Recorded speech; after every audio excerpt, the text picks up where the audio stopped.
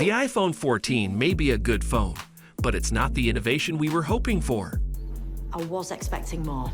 It lacks significant features that set it apart from its predecessor, and the new Dynamic Island feature doesn't seem to add much value either. With no significant changes, it's hard to justify upgrading.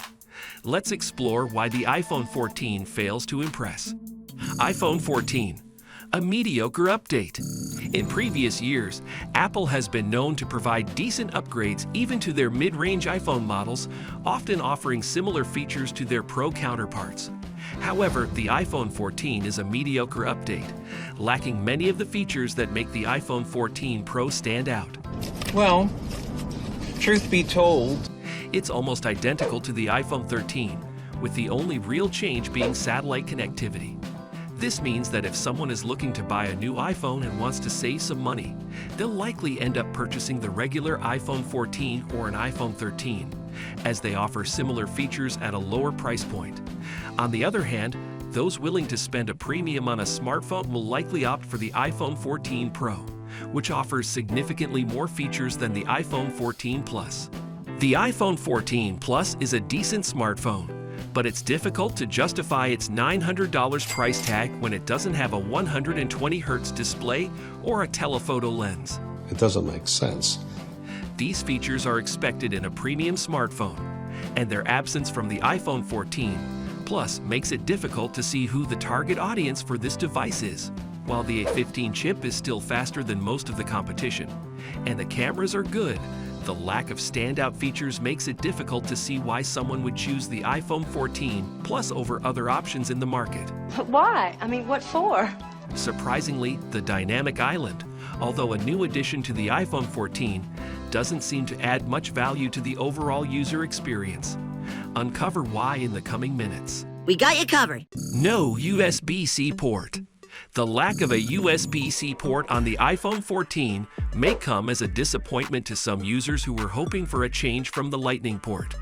However, it's not entirely surprising that Apple has decided to stick with its proprietary port. The Lightning port has been a part of the iPhone ecosystem for almost a decade, and Apple has invested heavily in developing Lightning-based accessories and technologies. Additionally, the transition to USB-C would require significant changes to Apple's manufacturing processes and supply chain, which could be costly and time-consuming. While the EU's new legislation mandating USB-C on all new phones may push Apple towards adopting the standard, it won't go into effect until 2024. In the meantime, iPhone users who want to take advantage of USB-C accessories will need to purchase an adapter or rely on wireless charging options. If you want to stay up to date on the latest news and honest reviews of Apple's products, don't forget to subscribe to our channel. We bring you insightful and genuine content, breaking down the good, the bad, and the ugly of all things Apple. So hit that subscribe button and never miss an update. That's how easy it is. Dynamic Island isn't game-changing. While the Dynamic Island is a new addition to the iPhone 14, it doesn't seem to add much value to the overall user experience. Apple is promoting it as a multitasking feature that allows users to access music, sports scores, and other information without leaving their current task. According to Apple, on iPhone 14 Pro and iPhone 14 Pro Max, you can check alerts and current activity in progress, such as music that's playing, your timer, an AirDrop connection, and directions from maps, in the Dynamic Island on the home screen or in any app. However, this is not a groundbreaking feature and is already possible through other means, such as swiping down from the top of the screen. In fact, the placement of the Dynamic Island can be inconvenient, as it takes up space below the notch and can interfere with wider aspect ratio videos. As a result, it can be more of a distraction than a helpful tool.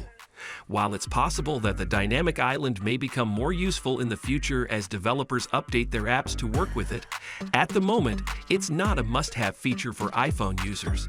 Stay tuned for our final verdict on the iPhone 14, coming up shortly.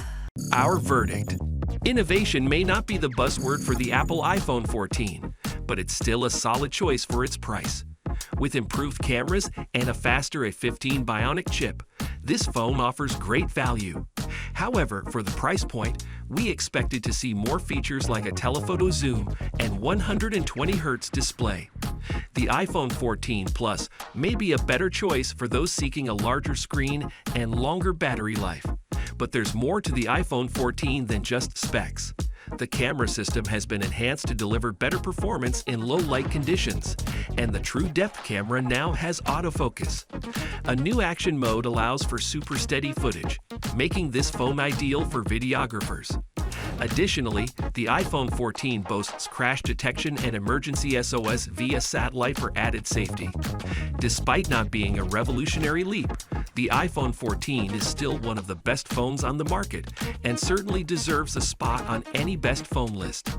The lack of standout features on the iPhone 14 series makes it difficult to justify the price point for some. Too expensive. But the improved camera system and faster A15 chip make it a great option for those looking for a reliable smartphone. While the Dynamic Island feature may not add much value to the overall user experience, the phone's enhanced camera system and safety features make it a worthy contender for any best phone list.